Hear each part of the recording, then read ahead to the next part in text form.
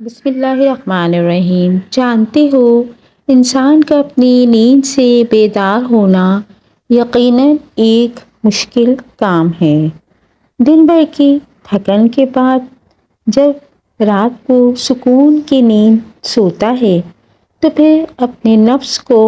قربان کر کے اٹھتا ہے، کیونکہ رات کا اٹھنا اور خاص کر سردیوں کی رات میں اٹھنا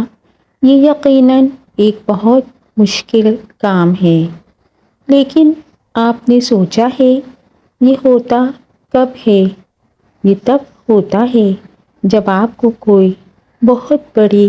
طلب ہو، آپ کو اللہ سے پیار ہو، آپ اللہ سے باتیں کرنا چاہتے ہوں، اور پھر بات بھی کب؟ جب آپ سکون کی نیند سونا چاہتے ہیں۔ اور یہ بہت بڑی سعادت کی بات ہے کہ سردیوں کی سرد ترین راتوں میں جب کوئی اٹھ کر اللہ کے سامنے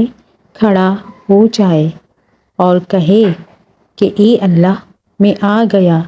تیرے در پر، تو سوچیں ایسے میں اللہ ایسے لوگوں سے کتنا خوش ہوتے ہوں گے اور ان کے لیے کیا کیا فضیلتیں اور انعامات اللہ نے رکھے ہوں گے، اس کا تو آپ اور میں بس اندازہ ہی کر سکتے ہیں۔ سنا ہے کہ جب کوئی نوجوان چڑھتی جوانی کا شیدائی سردیوں کی ٹھنڈی راتوں میں اپنے گرم اور سکون دہ بستر کو چھوڑ کر نماز تہجد کے لیے اٹھتا ہے، وضو کرتا ہے اور اللہ کے سامنے نماز کے لیے کھڑا ہوتا ہے، تو جب وہ اللہ کے سامنے سجدہ ریز ہو جاتا ہے تو اللہ اس کو دیکھ کر مسکراتا ہے۔ اور آپ ذرا اس بات کا تصور تو کریں کہ وہ بندہ کیسی عظمت اور شان والا ہے جس کو دیکھ کر میرا اللہ مسکراتا ہے، اور پھر اللہ پاک فرشتوں کو گواہ بنا کر کہتا ہے کہ اے ملائکہ، تم گواہ ہو جاؤ، میرے اس بندے نے مجھ سے جو مانگا ہے میں نے اسے عطا کر دیا ہے۔ اب یہاں اگر ہم دیکھیں تو ہمیں ایک بات یہ بھی سمجھ میں آتی ہے کہ تہجد جہاں ایک مشکل اور محنت طلب نماز ہے، وہیں یہ بات بھی سمجھ میں آتی ہے کہ یہ کوئی آسان مرحلہ نہیں ہے کہ ہر کوئی شخص تہجد تک آ جائے۔ ہر کسی کو یہ سجدہ نصیب بھی نہیں ہوتا، بس جسے اللہ چن لے تو انسان کو تکبر کی بجائے شکر ادا کرنا چاہیے کہ اللہ نے اسے سجدے کی توفیق دی، کیونکہ سردیوں کی یک بستہ راتوں میں گہری نیند کو قربان کر کے صرف وہی شخص اٹھ سکتا ہے جو یا تو اللہ کا عاشق ہو یا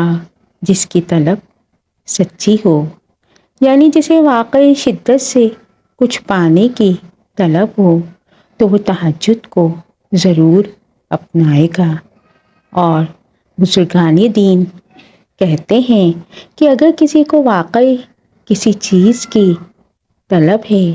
اس کی نیت اس چیز کے لیے سچی ہے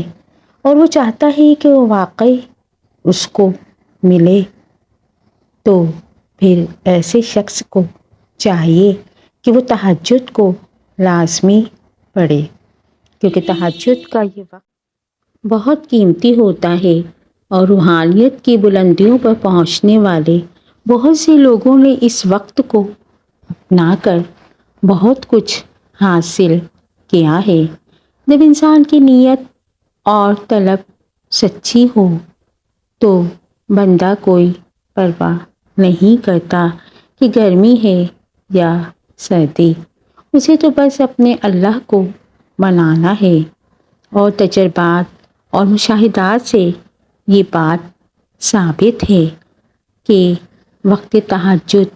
جس نے جو مانگا اللہ نے اسے اس سے بڑھ کر عطا کیا، اور جس طرح اللہ تعالیٰ نے دن کی روشنیوں کے ڈھلنے کا وقت مقرر کر رکھا ہے، ویسے ہی اس نے رات کے اندھیروں کا بھی وقت ختم ہو جانا بھی لکھ رکھا ہے، اور سردی کی یکبستہ اندھیری راتوں میں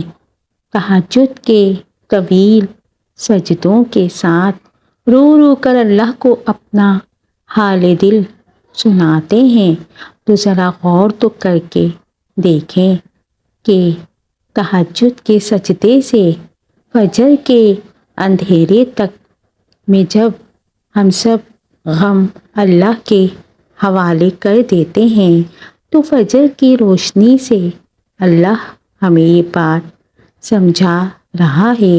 کہ میرے بندے، میں ایسے ہی تمہاری زندگی کے اندھیروں کو دن کے اجالوں میں بدل دوں گا، جیسے میں رات کو دن میں بدل دیتا ہوں۔ تو اللہ کو تہجد کے سجدوں میں مناتے رہیں اور اپنی زندگی کے